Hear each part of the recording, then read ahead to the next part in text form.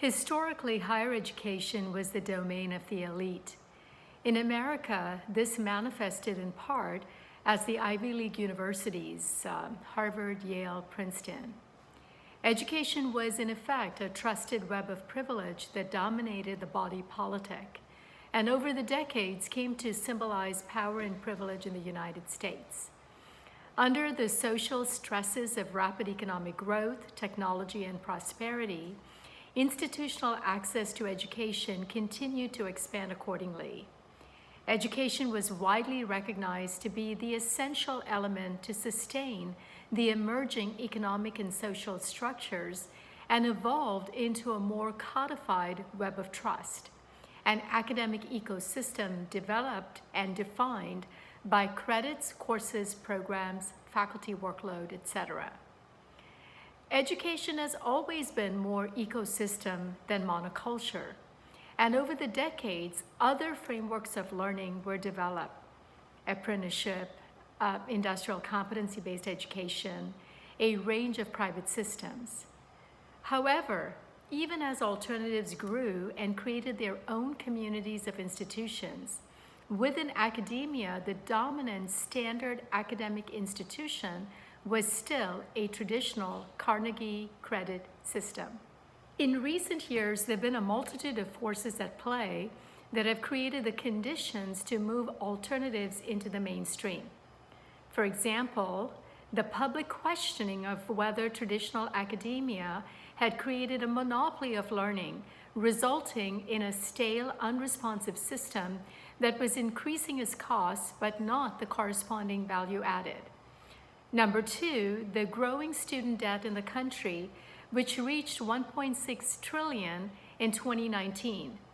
And three, the emerging smart technologies with the exponential development of artificial intelligence, as well as the high-resolution visual representation of multidimensional objects, really set the stage to develop a much more complex infrastructure to capably represent an expanding complex ecosystem. Yesterday, I introduced what I believe to be two fundamental truths that should guide our work in a context of seemingly constant and unpredictable change. Truth number one, humans are learning all the time. Learning is unavoidable. Shouldn't we therefore make visible and formalize more of the learning that each student brings, albeit in non-traditional settings? And truth number two, our educational institutions are grounded in social trust and quality assurance. Shouldn't we therefore expand this web of trust by building the capacity of peers to provide quality assurance through the peer review of the rigor and standards of the learning in these alternative systems? Today, we will explore these expanded ecosystems and the technology capabilities to facilitate this transformation. You will hear from BC's competency-based team, I'm so proud of them, on the work we are undertaking, and if you are interested in being involved, go ahead and ping them. And also, read the book by Deb Bushway, A Leader's Guide to Competency-Based Education, to get a deeper understanding of the principles, the structures, and the mechanics of competency-based education. You will also see an excerpt from the ACCJC Learning Seminar Series, where Wayne Skipper will take us into the construction of the technology. Imagine the recognition of microlearning badges embedded within the mainstream structure of courses and programs.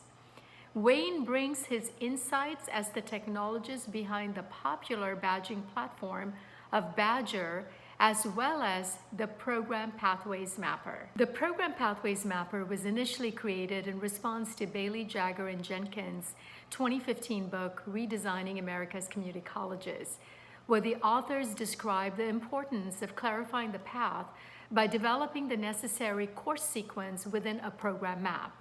This is pillar number one in a guided pathways college.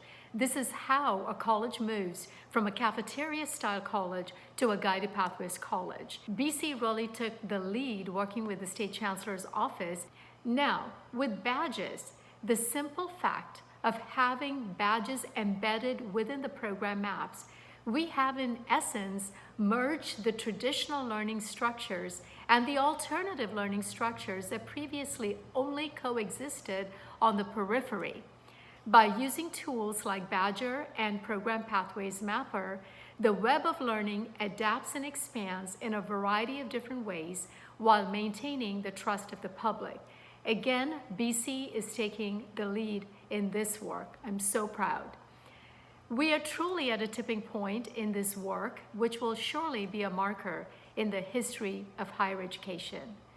My dear Bakersfield College colleagues, enjoy the presentations.